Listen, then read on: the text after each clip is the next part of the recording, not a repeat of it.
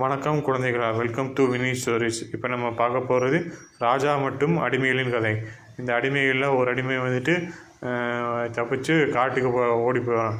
ஓடி போகிற நேரத்தில் பார்த்து அங்கே ஒரு சிங்கம் இருந்தது. சிங்கத்தை பார்த்து ஸ்டார்டிங் பயந்தா, ஆனால் அது வழியால் துடிச்சிருந்தது. காலில் முள் ஏறிட்டு அந்த முள்ளை எடுத்துகிட்டு போட்டு மறுபடியும் கடிச்சிருமோன்னு சொல்லி பயத்தில் டக்குன்னு ஓடி போயிட்டான். ஓடி போய் பார்த்தா அங்கே கரெக்டாக ராஜா கிட்ட மாட்டிட்டான். ராஜா கிட்ட மாட்டினோன்னே, என்ன தப்பிச்சா போகிறேன், அவங்ககிட்ட எல்லா மிருகங்களும் வச்சு உன்னை கொல்ல போகிறேன் அப்படின்னு சொன்னோன்னே அவங்க போய் கொல்ல போகும்போது கரெக்டாக அந்த நேரம் பார்த்து இந்த சவுண்டு கேட்டிருக்கு. சிங்கம் பார்த்துருக்கு.